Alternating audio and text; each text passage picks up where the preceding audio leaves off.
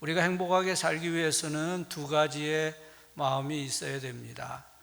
그 두 가지 마음이 뭐냐 하면 하나는 사랑의 마음이고 또 하나는 감사하는 마음입니다. 이 두 가지 마음이 있으면 우리 인생이 참 행복해지게 됩니다. 가령 우리 가정에서도 남편과 아내가 서로를 소중하게 여기면서 사랑할 때 우리 가정이 행복하지요. 저 사람이 나를 만나서 참 너무 고생 많이 하는구나, 고생 많이 시켰구나, 내가 지금부터라도 더 잘해줘야 되겠다. 남편은 아내를 소중하게 여기며 사랑하고 또 아내는 남편을 믿고 의지하면서 사랑할 때 그 가정은 행복한 가정이 됩니다. 제가 전에 교인들에게 숙제를 한번 내준 적이 있습니다. 한 주간 동안 감사 제목 100개를 써오십시오. 그때 이제 감사주일을 앞두고 숙제를 냈어요. 그때 많은 성도들이 이거 무슨 감사 제목이 100개나 되나 그렇게 생각할 때인데, 이제 수요일 예배 때 말이에요. 어떤 집사님이 그러는 거예요. 목사님, 감사 제목 100개가 문제가 아니고 200개, 300개 금방 됩니다. 그래서 제가 반가워서 아니 집사님 어떻게 그렇게 감사 제목이 금방 그렇게 됩니까? 했더니 그 집사님 대답이 걸작이었습니다. 우리 몸만 놓고 보아도 머리털, 머리, 두 눈, 두 귀, 코, 입 쭉 내려가다 보면은 100개가 금방 되고요. 또 마누라, 머리털, 머리, 또 두 귀, 코, 입 쭉 내려가다 보면 또 100개가 또 금방 된대요. 여러분, 아내에 대해서 100가지를 감사하는 남편 얼마나 행복합니까? 또 남편에 대해서 100가지를 감사하는 아내 얼마나 행복합니까? 그 집사님이 그렇게 말하더니 금방 장로가 되더라고요. 여러분, 우리는 늘 감사하는 마음, 또 사랑하는 마음으로 살아야 합니다. 배우자를 사랑하고 자녀를 사랑하고 교회를 사랑하고 성도들을 사랑하면서 신앙생활을 해야 합니다. 교회는 우리가 평생토록 사랑할 대상입니다. 아멘입니까? 네. 우리가 평생 교회 생활을 하는데 우리가 교회를 사랑하는 마음으로 신앙생활을 해야 돼요. 예수님은 교회를 사랑하셔서 위에서 자신을 내어주셨습니다. 예수님이 그렇게 사랑하신 교회를 우리도 사랑하면서 우리가 신앙생활 하면서 목사님 사랑하고 장로님 사랑하고 또 성도들을 사랑하면서 교회를 사랑하면서 우리가 신앙생활하면 그 신앙생활이 은혜스럽고 또 즐거운 그런 신앙생활이 될 것입니다. 여러분, 옆자리에 앉아 계신 분 어떤 분이 앉으셨나 한번 이렇게 한번 쳐다보실까요? 좌우에 계신 분이 누구신가 한번 보세요. 얼마나 참 좋은 분들입니까? 정말 교회를 사랑하고 주님을 사랑하는 분들, 어떤 때는 힘들고 어려운 일을 만나기도 하지만 그래도 믿음으로 이기고 기도로 이기는, 그리고 또 함께 이렇게 우리 기도회에 나와서 함께 기도의 동력자가 되어서 함께 기도하는 분들이 있어서 우리가 교회 생활이 너무나 귀한 겁니다. 그래서 우리가 참 함께 신앙생활하는 성도들, 교회를 사랑한다고 하는 것은 성도를 사랑하는 거예요. 왜냐하면 교회는 성도이거든요. 건물이 교회가 아니고 성도가 교회이기 때문에 교회를 사랑한다는 것은 우리가 서로를 사랑하는 것입니다. 옆에 계신 분하고 한번 이렇게 손을 한번 잡아 보시고요. 이렇게 한번 인사를 하세요. 두 분씩 잡으세요. 양쪽으로 잡으면 인사하기 어려우니까 두 분씩 손잡고 이렇게 하세요. 잘 들으세요. 멋진 것이 죄라면 또는 예쁜 것이 죄라면 집사님은 또는 권사님은 무기징역감입니다. 자, 한번 인사 한번 해보세요.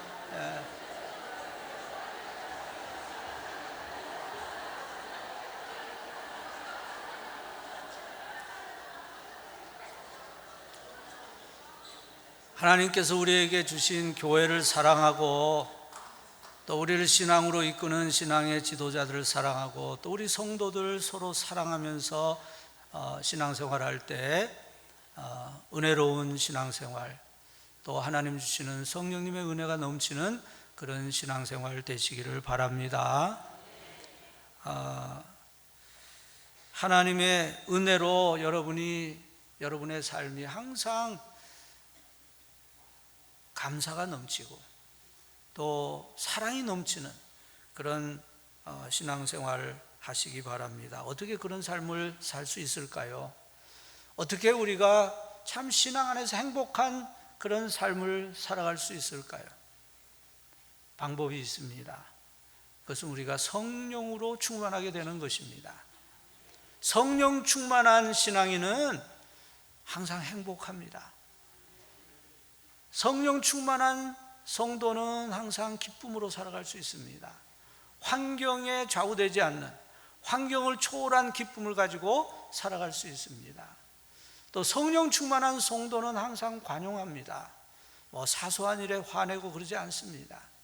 성령 충만하면 언제나 사랑하고 언제나 기뻐하고 감사하고 또 어떤 형편에서도 하나님 주시는 평안을 경험할 수 있습니다. 에베소서 5장 18절에서 말씀하셨지요. 술 취하지 말라, 이는 방탕한 것이니 오직 성령의 충만함을 받으라 말씀했습니다. 여러분, 우리 성도들은 성령의 충만함을 받아야 됩니다. 그냥 신앙생활만 하는 것 가지고는 부족합니다. 우리가 예수 믿는 사람이 되었으면 그 사람은 다 성령의 사람입니다. 왜냐하면 고린도전서 12장 3절에서 성령으로 아니하고는 예수를 주라 할 수 없다고 그랬어요. 내가 예수님을 나의 주님으로 고백했다고 하는 것은 성령님께서 내 안에 계셔서 그런 믿음을 주신 것이기 때문에 예수 믿는 사람은 다 성령의 사람입니다. 그런데 성령의 사람으로 된 것으로 우리가 만족하지 않고 한 걸음 더 나아가서 성령으로 충만한 성도가 되어야 됩니다. 여러분, 성령님이 언제 이 세상에 오셨습니까? 예수님이 부활하셔서 승천하신 다음에 제자들이 마가의 다락방에 모여서 합심해서 기도할 때 성령이 임하셨습니다. 예수님께서 제자들에게 말씀하셨죠. 내가 이제 가면 아버지께 구해서 보혜사를 보내주겠다. 그러니 너희는 예루살렘을 떠나지 말고 약속하신 성령을 기다리라 말씀하셨습니다. 그래서 제자들이 그 마가 요한의 어머니의 그 다락방에 모여서 간절히 합심해서 기도할 때 오순절날 드디어 그들에게 성령이 임하셨습니다. 보혜사라고 하는 말은 페라클레토스라는 말인데 곁에 오셔서 도와주시는 분이다, 그런 뜻이라고 합니다. 그러니까 성령님은 우리 곁에 오셔서, 여러분 곁에 오셔서 여러분을 도와주시기 위해서 오시는 분이심을 믿으시기 바랍니다. 보혜사 성령님이 하시는 일이 5가지가 있는데요, 손가락으로 기억하면 쉬워요. 첫째는 돕는 분입니다. 헬퍼입니다. 히말라야 산 등산하는데, 정복하는데 다 헬퍼들이 다 짐을 져주고 도와줘서 그 정상에 올라가는 거예요. 오늘 우리의 신앙생활에도 이 돕는 분, 헬퍼가 필요해요. 성령님은 우리를 돕는 분입니다. 두 번째로는 교사입니다. 가르쳐 주십니다. 우리가 하나님의 말씀의 뜻도 이해할 수 있도록 가르쳐 주시고 하나님께서 성령님을 통해서 우리를 가르쳐 주십니다. 세 번째로는 대언자이십니다. 변호사입니다. 우리가 어떻게 말해야 할지 잘 모를 때 우리가 할 말을 가르쳐 주시고 또 우리가 기도하는 것을 도와주시는 대언자이신 성령님이에요. 네 번째로는 위로자입니다. 세상에서 아무도 내 마음을 몰라주고 나를 위로해 주는 사람이 없어도 성령님을 우리가 모시고 있으면 성령님께서 우리가 기도할 때 우리 마음을 위로해 주셔서 어려운 그런 조건 속에서도 하나님 주시는 위로로 힘을 얻게 돼요. 마지막으로는 상담자입니다. 카운셀러입니다. 그래서 내가 어떻게 해야 할지, 무엇을 해야 될지, 어디로 가야 될지 알지 못할 때 성령님께서 나와 영적으로 교통하시면서 내 삶을 인도해 주십니다. 자, 한번 여러분 다시 한번 기억해 보죠. 손가락 한번 펴시고, 첫째는 뭐라 그랬어요? 돕는 자. 둘째는 교사. 세 번째로는 대언자, 네 번째로는 위로자, 다섯 번째로는 상담자. 대단하시네요. 한 번만 더 하면 확실히 아실 것 같아요. 한 번만 더 해봅시다. 자, 이제는 여러분이 하세요. 첫째는, 둘째는, 셋째는, 넷째는, 다섯째는 상담자. 정말 명철하십니다. 성령님은 이렇게 좋은 분이에요. 그래서 여러분들이 신앙생활한 평생 성령님을 가까이 모시고 여러분의 든든한 후원자로 삼으시기 바랍니다. 험한 세상을 살아갈 때 정말 우리는 너무 연약하고 또 삶은 너무 힘들어서 어떤 데는 참 눈물을 흘리면서 우리 하나님의 도움을 구할 때가 있어요. 그때 성령님, 보혜사 성령님 우리에게 곁에 오셔서 우리를 돕는 자로서, 교사로서, 대언자로서, 위로자로서, 상담자로서 우리를 도와주십니다. 우리가 능력 있는 그런 신앙생활을 하기 위해서는 하나님의 능력, 성령님의 능력에 연결되어야 됩니다. 그래서 성령님의 능력이 우리에게 임할 때 우리는 능력 있는 삶을 살아갈 수가 있습니다. 어떻게 우리가 그 하나님의 능력, 하나님의 파워에 연결될 수 있을까요? 오늘 본문 요한복음 7장 37절에서 39절에 보면 우리가 성령님의 능력으로 충만하게 될 수 있는 네 가지의 비결, 네 가지의 조건을 말씀하고 있습니다. 이 네 가지가 있을 때 우리는 성령으로 충만해질 수 있어요. 첫째는 목이 말라야 된다는 겁니다. 목이 말라야 합니다. 오늘 본문 37절에 보면 누구든지 목마르거든 내게로 와서 마시라 이렇게 말씀했습니다. 여러분 저를 한번 따라 하시죠. 목이 말라야 합니다. 목이 말라요. 성령님의 은혜에 목이 마른 사람이 성령으로 충만해질 수 있습니다. 목이 마르다고 하는 것은 매우 강하게 원하는 것입니다. 정말 다른 것은 아무것도 원하지 않고 다른 것은 아무것도 생각하지 않고 오직 그것만을 갈망하는 이것이 목이 마른 것입니다. 여러분은 하나님의 능력으로 살아가기를 정말 원하십니까? 정말 원하셔요? 뭐 좋지요. 뭐 능력 그런 거 있으면 뭐 좋겠지요. 이 정도는 목이 마른 것이 아닙니다. 우리가 하나님의 은혜, 성령님의 능력에 목마르다고 하는 것은 정말 간절히 원하는 거예요. 하나님, 저는 하나님의 은혜를 원합니다. 성령님의 능력을 원합니다. 뭐 다른 것은 없어도 좋습니다. 돈 없어도 좋아요. 명예 없어도 좋아요. 그러나 하나님의 은혜, 성령님의 능력 없이는 저는 살 수 없습니다. 하나님이 저를 사랑하신다면 저에게 성령의 능력을 주십시오. 기도할 때마다 하나님 앞에 하나님의 능력, 성령님의 능력을 간구하는 그 목마른 그런 심령이 있을 때 하나님께서 그 심령에 반드시 성령님의 능력을 주실 것입니다. 많은 그리스도인들이 뭐 능력 받았다는 사람들의 이야기를 듣습니다. 어떤 사람은 기도할 때 막 손이 뜨거워졌더라, 또 뭐 마음이 뜨거워지더라, 어떤 사람은 눈물 콧물 다 쏟으면서 그렇게 울면서 기도하고 났더니 그냥 너무나 놀라운 기쁨이 임하더라. 또 어떤 분은 뭐 교회에서 기도하다가 은혜를 받았다고 그러고요, 어떤 사람은 산에서 기도하다 방언을 받았다고 그러고, 어떤 이는 다른 사람 정말 사랑하는 그 사람을 위해서 간절히 중보기도 하다가 하나님 주시는 또 은혜를 받기도 합니다. 그래서 우리는 다른 사람의 그런 경험을 듣고 나도 그분처럼 그렇게 기도하면 그분이 받은 그런 은혜를 받지 않을까 생각하기 쉬워요. 그러나 여러분, 성령님의 경험, 성령님의 은혜는 다양한 것입니다. 꼭 다른 사람의 경험이 꼭 내 경험이 되는 것은 아닙니다. 여러분, 우리가 사도행전을 보면 언제 성령이 임하십니까? 어떤 때는 합심해서 성도들이 기도할 때 성령이 임하시기도 했고요, 어떤 때는 손을 얹고 기도할 때 성령이 임하시기도 했고, 어떤 때는 하나님의 말씀을 전할 때 성령이 임하시기도 했습니다. 성령의 경험, 성령의 방법은 다양한 것입니다. 다른 사람의 경험이 꼭 내 경험이 되는 것은 아니에요. 그런 식으로 하면 그렇게 되는 것은 아니에요. 그러나 가장 중요한 것이 뭐냐 하면 성령님의 은혜와 은사를 목마르게 사모해야 된다는 거예요. 하나님은 목마르게 간절히 사모하는 심령에 은혜를 주십니다. 누가복음 11장 13절에서 예수님은 말씀합니다. 너희가 악할지라도 좋은 것을 자식에게 줄 줄 알거든 하물며 너희 천부께서 구하는 자에게 성령을 주시지 아니하겠느냐.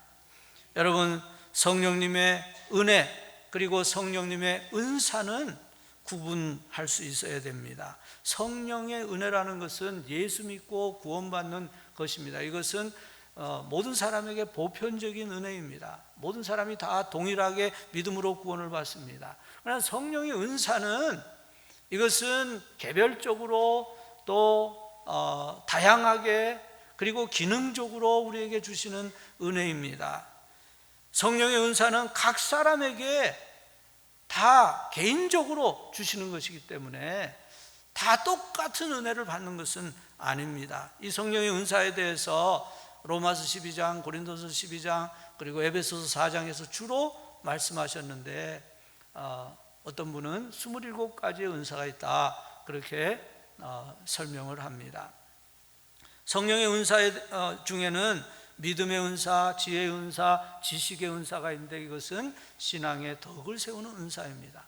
또 성령의 은사 가운데는 가르치는 은사, 섬기는 은사, 구제하는 은사, 말씀 전하는 은사가 있는데 이것은 사역을 위한 은사입니다.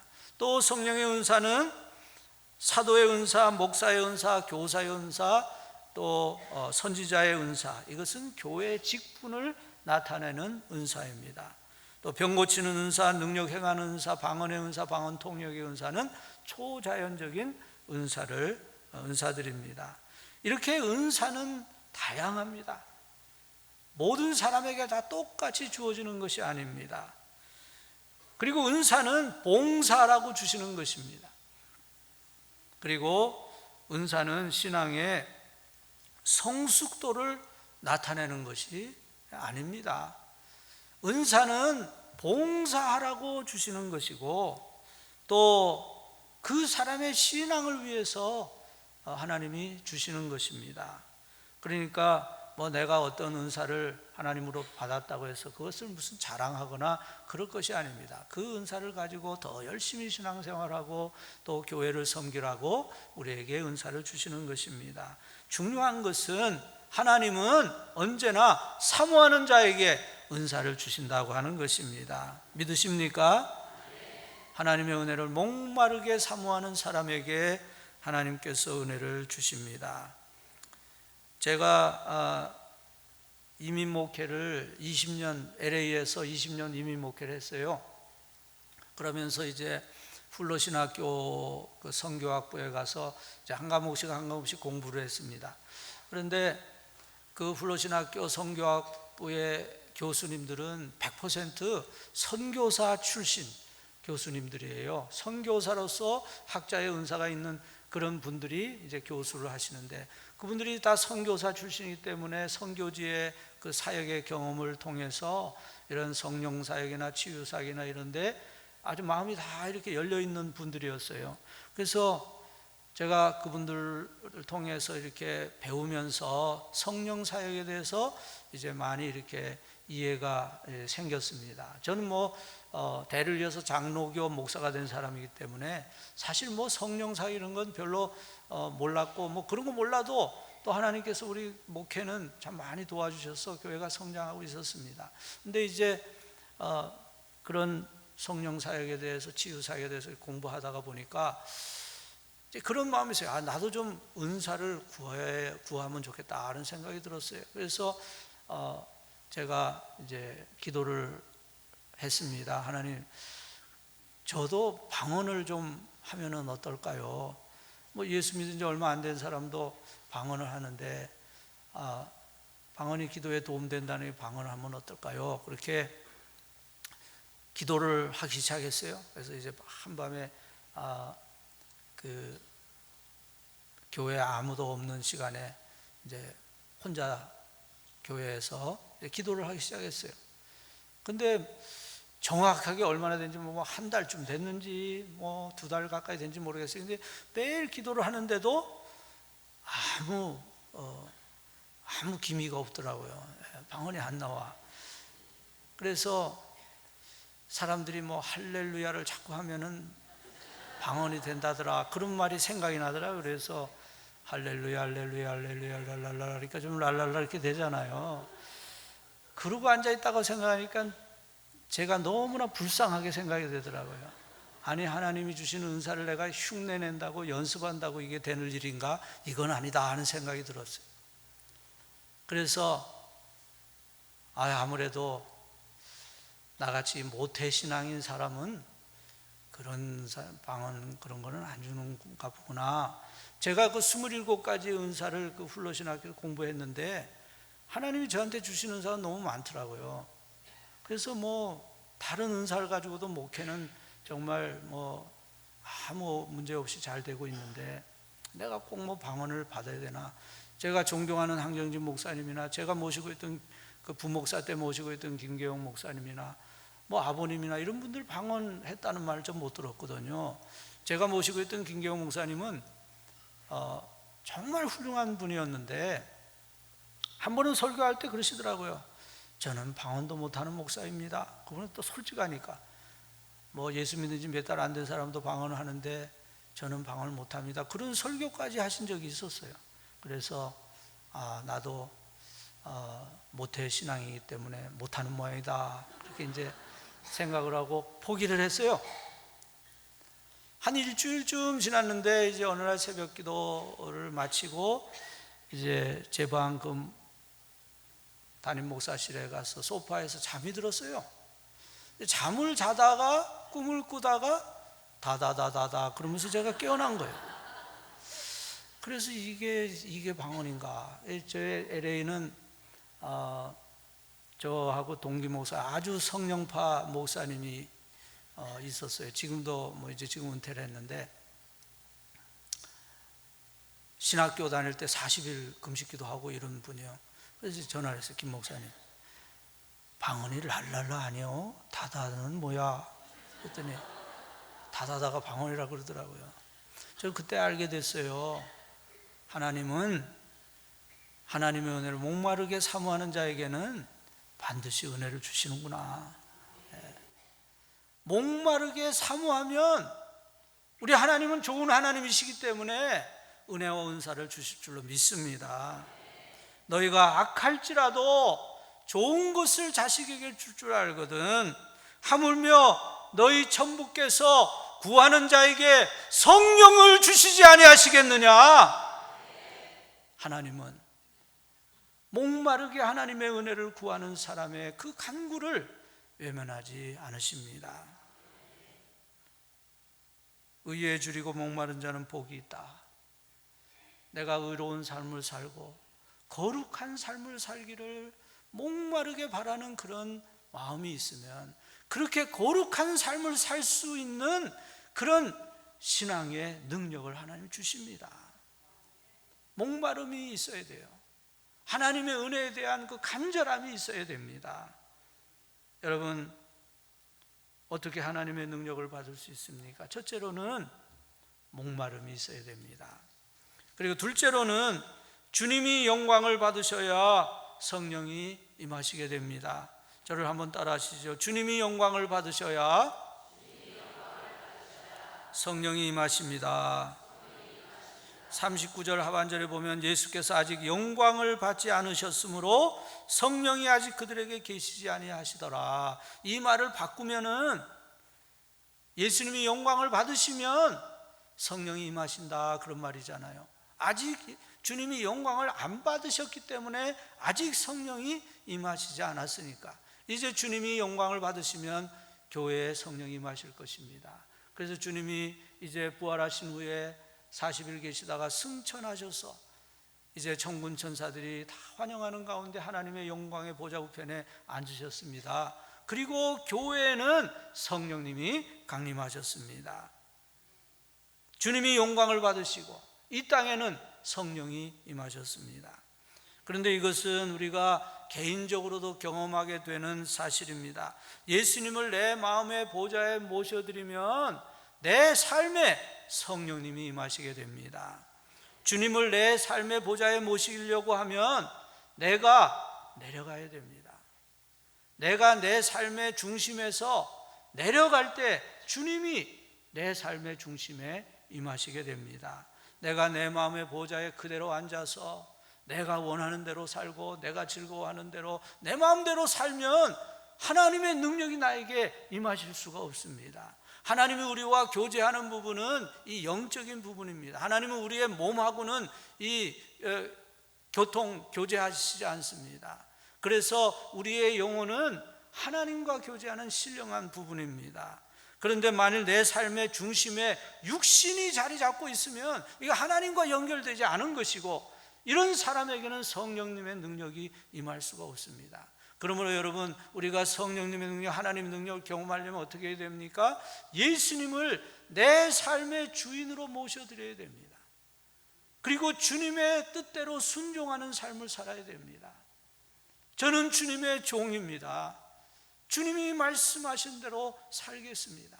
그래서 주님이 내 삶의 주인으로 내 삶의 중심에 머물러 계실 때 성령님의 은혜와 능력이 임하게 됩니다. 저는 여러분에게 한번 질문하고 싶어요. 여러분은 예수님을 여러분의 삶의 주인으로 모시고 계십니까? 주님께 100% 온전히 순종하고 계십니까?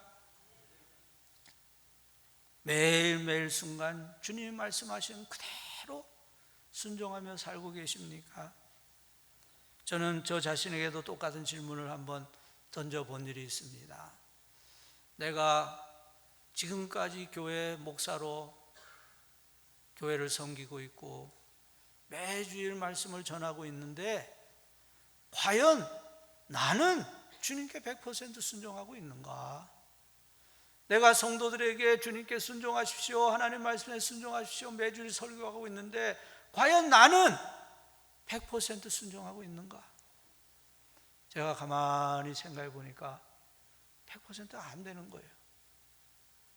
내 마음에는 원하지만 100% 순종이 안 되는 게 너무 많아요. 그래서 저는 또 다시 생각해 보았어요. 아니 도대체 지금까지 제가 평생을 신앙생활을 하고 이제 교회 목사가 되고 설교자가 되어서 하나님 말씀을 전하는 사람인데 왜 아직도 100% 순종이 안 될까? 내가 만일 정말 주님께 100% 온전히 순종하면 하나님의 은혜가 나에게 임하고 하나님의 사람으로, 참 주님이 기뻐하시는 사람으로 성령님의 능력으로 살아갈 수 있을 텐데 왜 아직도 100%가 안 될까? 그래서 저는 한번 이렇게 마음의 결심을 해보았습니다. 어떻게 하든지 정말 순종하면서 한번 살아보자. 주님의 말씀에 100% 순종하기 위해서 힘써보자. 뭐 그렇다고 제가 온전한 신앙인이 됐다, 그런 말은 절대 아닙니다.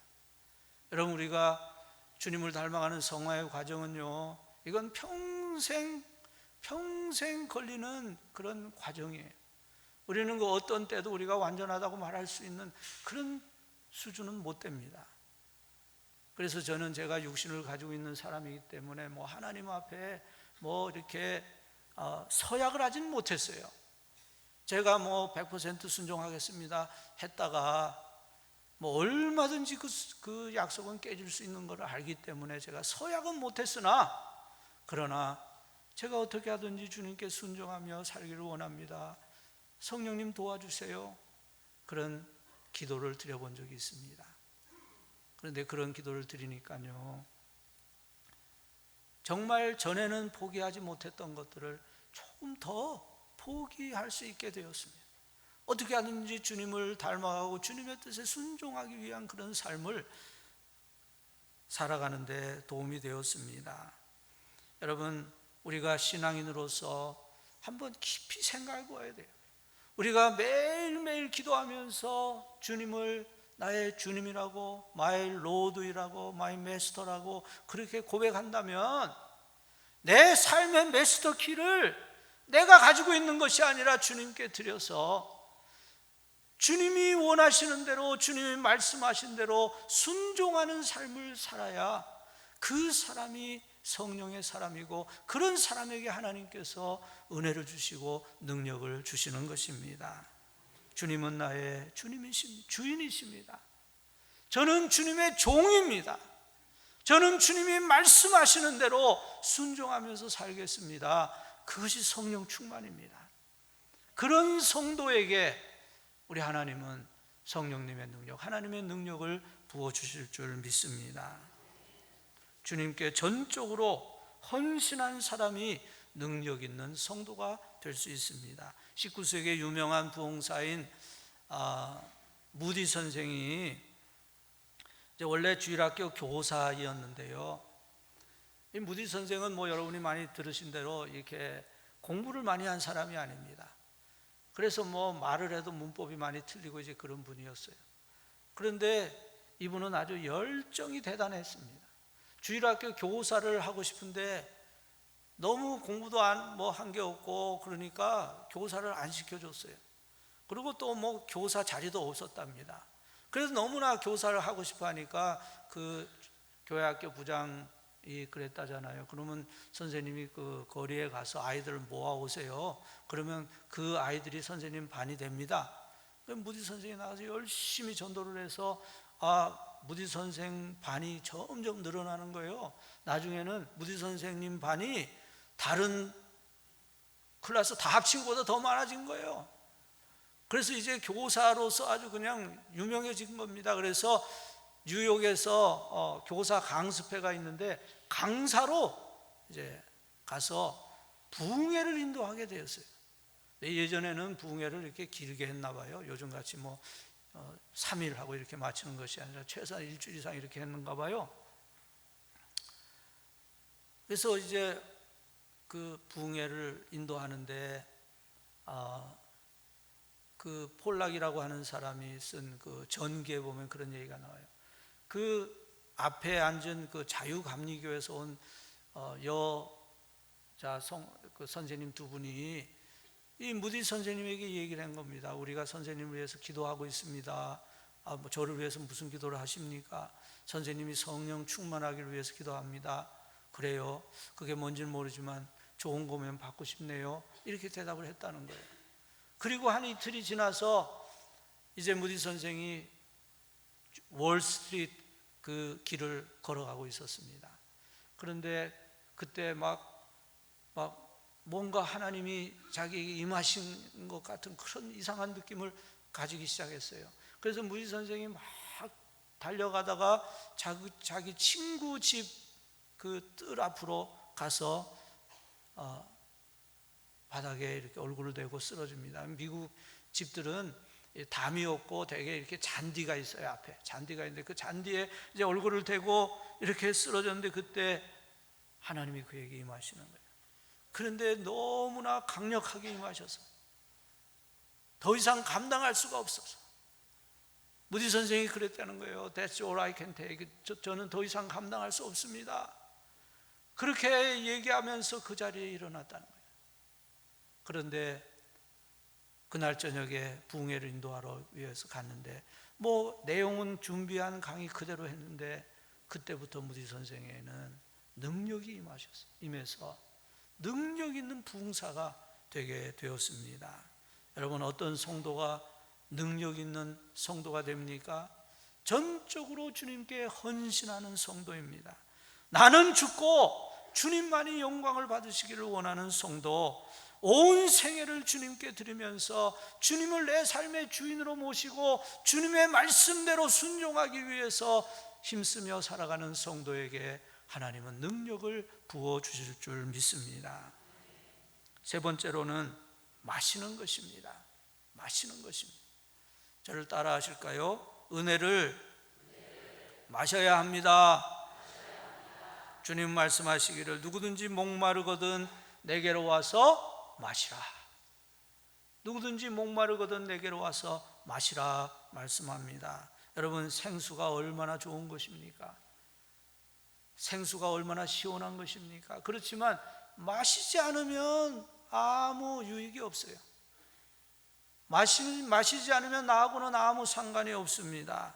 마셔야 시원함을 얻게 됩니다.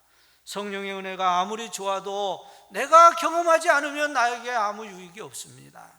마시는 것은 쉬운 일이죠.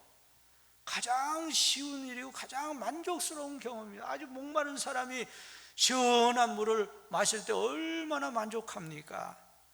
예수님은 누구든지 목마른 자는 내게로 와서 마시라 말씀하셨습니다. 우리가 할 일은 그것밖에 없어요.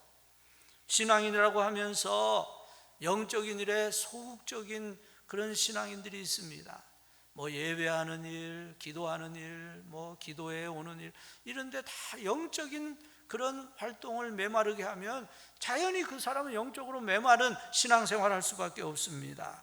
하나님의 은혜, 성령님의 은혜가 얼마나 귀중한 것이지만 그 은혜를 마시는 것이 없으면, 영적인 활동이 없으면 그 사람은 성령으로 채워질 수가 없습니다. 한 가지 질문을 해볼까요? 기도 생활이 쉽습니까? 어렵습니까? 예? 기도 생활이 쉬워요? 어려워요? 예, 어렵다고 많이 말씀하시네요. 솔직히 그렇습니다. 여러분, 우리가 정말 성경은 쉬지 말고 기도하라 이렇게 말씀하는데, 우리가 정말 지속적으로 계속해서 깊은 기도를 한다고 하는 건 쉬운 일이 아닙니다. 뭐 우리가 이렇게 뭐 식사할 때 식사 기도하는 거 이런 거는 어렵지가 않죠. 저는 어려서 우리가 오남매인데요, 오남매가 둘러앉아서 식사할 때마다 노래를 불렀어요. 날마다 우리에게 양식을 주시니 은혜로우신 예수님 늘 감사합니다. 10년간 이 노래를 불렀고, 그 후에는 또 한 10년 이상 속으로 그 노래를 불렀습니다. 식사기도 하는 건 어렵지 않아요. 그러나 우리가 정말 매일 시간을 정해서 지속적으로 주님과 깊은 교제를 나누는 그런 기도를 한다고 하는 것은 쉬운 일이 아니에요. 처음 기도 생활을 하는 사람에게는 많은 노력이 필요합니다. 그래서 예수님께서 누가복음 18장에서 기도에 대해서 말씀하시면서 예수께서 그들에게 항상 기도하고 낙심하지 말아야 할 것을 비유로 말씀하셨다, 그런 말씀이 나옵니다. 여러분, 예수님이 제자들에게 너희는 항상 기도하여라, 그리고 기도하다가 낙심하지 말아라, 지치지 말아라 이렇게 말씀하신 것은 기도 생활이 그렇게 쉬운 것은 아니다, 기도하다가 낙심할 수도 있다고 하는 것을 말씀하신 것입니다. 여러분, 대부분의 사람에게, 특별히 우리가 처음 기도 생활을 할 때는 기도 생활에 많은 노력이 필요합니다. 그러나 기도가 계속되면서 기도가 점점 더 깊어지게 되면 기도가 수월하게 되고, 이제 정말 주님과의 그런 영적인 교제를 평소에도 이렇게 할 수 있게 됩니다. 여러분, 우물물을 기로 이렇게 두레박으로요, 우물물을 하나 또 한 그릇 들어 올려서 그것을 저 정원에다가 갖다가 물을 주고 또 물을 길어서 또 정원에다 주고 이렇게 하려면 얼마나 힘이 들겠어요.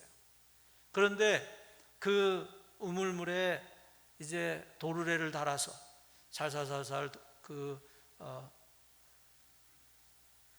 두레박을 올려서 그래서 물을 준다고 하면 훨씬 수월해질 것입니다. 그보다 더 좋은 것은 옆에 흐르는 강물을 정원으로 끌어오는 것입니다.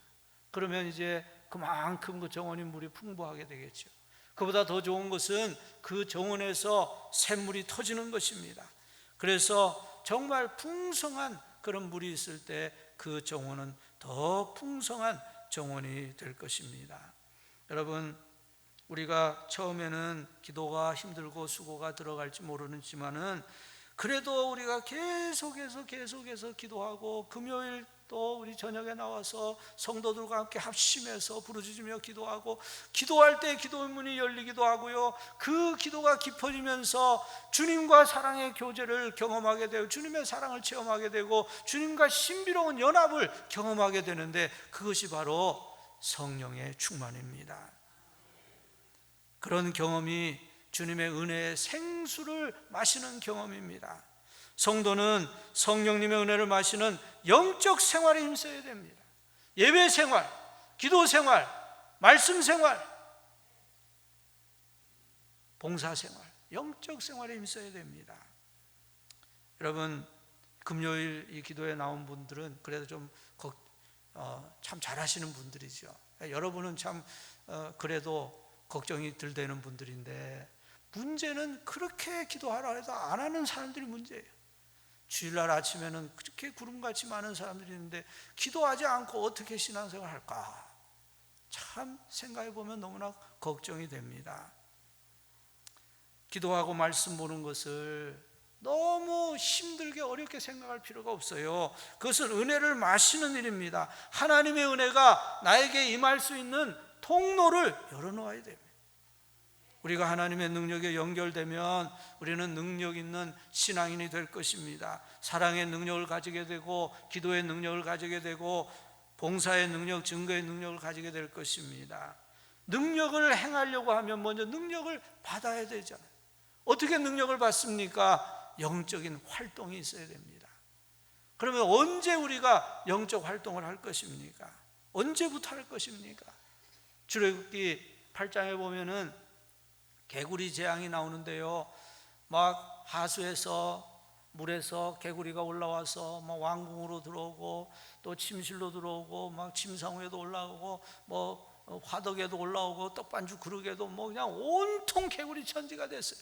아니 뭐 좀 앉으려 그러면 거기 개구리가 있고, 누울라 그러면 개구리가 있고, 그냥 개구리가 뭐 너무 정신없이 개굴거리니까 이 바로가 견딜 수가 없어요. 그래서 모세 오라 그래가지고, 아유 알았으니까 내가 이 백성 풀어줄 테니까 이 개구리 좀 치워주라. 당신 하나님께 기도해서 이 개구리 좀 떠나게 해주시오.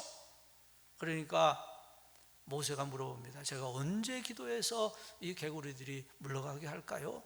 그랬더니 내일 하시오, 내일 하시오 그래요. 그 왜 내일 하라 그래요? 지금 당장 하라 그러지. 뭐 하려고 하룻밤 더 그렇게 개구리 때문에 시달리려고 그럴 필요가 없잖아요. 여러분, 우리가 언제 영적 생활을 하고 언제 기도 생활을 해서 성령으로 충만하게 되겠습니까? 이 다음에 그렇게 할까요? 뭐 시간 있을 때, 뭐 좀 여유 있을 때 그렇게 할까요? 여러분, 왜 이 다음에 성령 충만하려고 생각하시겠어요? 지금 한 해라도 더 젊었을 때, 지금 내가 주님을 더 섬길 수 있을 때 능력 받아서 능력 있게 주님을 섬기고 능력 있게 복음을 전하고 능력 있는 그런 신앙생활을 하시기를 바랍니다. 우리가 영적 생활을 힘쓰면 힘쓸수록 하나님의 은혜가 우리에게 임하게 되고, 우리는 더 은혜와 사랑으로 충만하게 되어서 하나님의 사명을 감당하게 될 것입니다. 어떻게 우리가 성령님의 능력을 받을 수 있습니까? 첫째로는 목이 말라야 됩니다. 둘째로는 나의 주님으로 온전히 모셔야 됩니다. 세 번째로는 마셔야 합니다. 영적 활동이 있어야 됩니다. 그리고 네 번째로는 믿어야 합니다. 믿어야 합니다. 내가 성령으로 충만하게 될 수 있다는 사실을, 또 되었다는 사실을 믿어야 합니다. 저를 한번 따라 하시죠. 성령 충만함을 믿어야 합니다. 38절에 보면 이렇게 말씀합니다. 나를 믿는 자는 성경의 이름과 같이 그 배에서 생수의 강이 넘쳐나리라. 믿는 자는 누구나 성령의 은혜가 흘러넘치는 삶을 살 수 있다고 오늘 성경은 말씀합니다. 우리는 믿음으로 기도할 수 있습니다. 주님, 내 마음의 보좌를 주님께 내어드립니다. 이제 성령님께서 저를 주장하고 계심을 믿고 감사드립니다. 저를 성령으로 충만하게 해주심을 감사합니다. 영적인 능력이 저와 함께 계심을 믿습니다. 우리가 그렇게 기도한다고 해서 뭐 굉장한 무슨 느낌은 없을지 몰라요. 그러나 언제나 감정보다 앞서는 것이 믿음입니다. 여러분, 우리가 구원받는 것 감정으로 구원받습니까? 믿음으로 구원받습니까? 네. 만일 제가 여러분 중에 한 분에게 질문을 해요. 네? 성도님은 구원 받으셨습니까? 거듭나셨습니까? 그러면 그 성도님 대답하시겠죠. 예, 저 구원 받았습니다. 그거 어떻게 아시죠? 제가 구원 받고 나니까요, 저는 너무 막 기분이 황홀해서요, 그냥 막 구름 위를 걷는 것 같고요, 막 너무 기뻐서 정말 어쩔 줄 모르겠어요. 그렇게 그분이 대답하면 제가 약간 걱정할지 모르겠어요. 조금 지나치구나. 그러나 그분이 성경에 예수님 믿으면 구원받는다고 말씀하셨기 때문에 그 약속을 제가 믿기 때문에 저는 구원받은 줄 믿습니다, 이렇게 대답하신다면 맞습니다. 성도님은 진짜 백이네요. 하나님의 약속을 믿음으로 우리가 구원받는 것을 우리가 알 수 있고 믿을 수 있어요. 그리고 그런 믿음을 가지면 그 믿음으로 살아갈 수 있습니다. 그런데 우리가 성령 받는 것도, 성령으로 충만해지는 것도 마찬가지입니다. 어떤 우리의 감정에 의존하는 것이 아니라 하나님의 약속을 믿음으로 성령님이 나에게 임하신 것을 믿고 또 성령으로 충만한 것을 믿을 수 있습니다.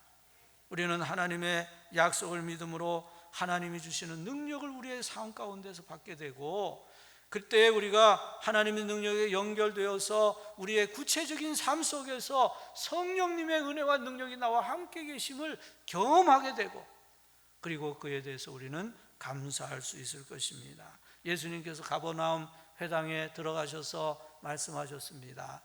내 손을 내밀어라 말씀하셨어요. 어떻게 손을 내밀 수 있습니까? 이 사람은 손이 마른 사람이에요. 지금까지 손을 내밀어 보질 못한 사람입니다. 근데 주님께서 이 사람을 보시고 내 손을 내밀어라 주님이 말씀하셨어요. 그래서 이 사람이 전에는 이게 안 되던 거지만 예수님이 말씀하시니까 믿음으로 손을 내미는 거예요. 믿음으로 손을 내밀어 보니까 내밀 수 있는 능력이 주어진 것을 알게 되었습니다. 38년 동안 다리를 펴지 못하고 꼬부리고 있던 사람을 예수님이 만나셔서 자, 일어나서 내 상을 들고 걸어가라 이렇게 말씀하시는 거예요. 여러분 생각해 보세요. 어떻게 38년 된 사람이, 그냥 3개월도 아니고 무슨 3년 8개월도 아니고 38년 동안이나 이 다리를 꼬부리고 있었으니까 이제 다리 다 말라붙어서 도저히 힘을 쓸 수가 없는 사람이죠. 근데 그 사람에게 예수님이 말씀하시는 거예요. 하나님이신 메시아이신 예수님이 말씀하십니다. 일어나서 내 상을 들고 걸어가라. 그때 이 사람이 예수님을 바라보면서 믿음으로 순종해서 다리에 힘을 주니까 그 자리에서 일어날 수 있는 능력이 주어진 것을 알 수 있게 되었습니다. 나를 믿는 자는 생수의 강이 넘쳐나리라. 믿고 순종하는 사람은 누구나 생수의 강을 경험하게 될 것입니다. 믿지 않고 순종하지 않는 사람은 하나님의 은혜의 강을 경험하지 못할 것입니다. 누구든지 주님을 보좌에 모셔드리고 하나님의 사랑을 마실 때, 그리고 하나님의 약속을 믿을 때 하나님은 우리에게 능력을 부어주시고 우리는 그 하나님의 능력에 연결될 것입니다. 그리고 우리의 삶 속에서 그의 능력이 함께 하시는 것을 경험하며 놀라게 될 것입니다. 747 비행기를 조종하는 조종사가 이제 비행기가 출발해서 활주로를 힘있게 달려갑니다. 힘있게 활주로를 달려가다가 그 다음에 때가 되면은 기아를 잡아당겨서 공중으로 비행기가 올라갑니다. 그런데 더 이상 미룰 수 없는 지점이 있어요. 더 이상 미룰 수 없는 한계점에 도달하는 그 지점을 The Point of No Return이라, 돌아올 수 없는 지점이라고 말을 한다고 합니다. 그 지점이 되기 전에 기아를 잡아당겨서 비행기가 올라가야지, 그 지점이 지나가 버리면 그 비행기가 그냥 가서 충돌해 버릴 수밖에 없는 그 한계점에 이르는 그 지점이 The Point of No Return입니다. 여러분, 우리 중에 어떤 분은 아직도 계속 망설이기만 하는 분이 있을지 몰라요. 주님께 완전히 삶을 위탁해 보지 못하고 수년 동안 달리는 활주로에 그냥 앉아 있습니다. 엔진은 계속 밟으면서 언젠가는 나도 한번 기도 생활에 전념해 보아야지. 언젠가는 나도 한번 신앙생활 한번 전적으로 한번 해보아야지. 언젠가는 나도 한번 내가 원하는 삶이 아니라 하나님이 기뻐하시는 그런 삶을 한번 살아보아야지. 언젠가는 내 삶을 주님께 완전히 드려서 주님을 나의 주님으로 섬기는 그런 삶을 살아보아야지. 여러분, 지금 기아를 당겨야 됩니다. 지금 기아를 당기지 않으면 우리가 하나님의 나라에 주님 앞에 서게 될 때 엄청난 후회를 하게 될 것입니다. 내가 왜 아무것도 아닌 것을 위해서 내 평생을 허비했던가? 내가 왜 시간을 그렇게 낭비했던가? 후회할 그때는 이미 늦은 때예요. 우리의 남은 날은 그렇게 많이 남아있지 않습니다. 이미도 우리는 너무나 많은 시간을 낭비했어요.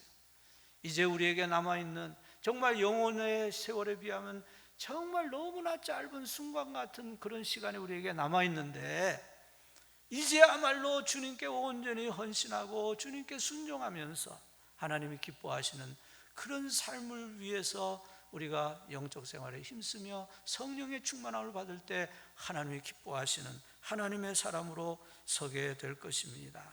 여러분, 지금이 결심할 시간입니다. 지금이 이제 정말 주님과 온전히 하나 되기 위해서, 주님께 온전히 순종하는 삶을 살기 위해서 결심할 시간입니다. 더 이상은 썩어질 육신을 위해서 살아가는 것이 아니라 이제부터는 우리 주님과 하나가 되어서 신령한 삶을 살고 주님을 사랑하고 주님께 감사하면서 은혜 생활을 하기로 결심할 시간이 바로 지금인 줄로 믿습니다. 더 깊은 기도로 들어가고 더 깊은 은혜의 자리로 들어가서 주님과 영적으로 하나 되는 성령 충만한 저와 여러분 될 수 있기를 주님의 이름으로 축복합니다.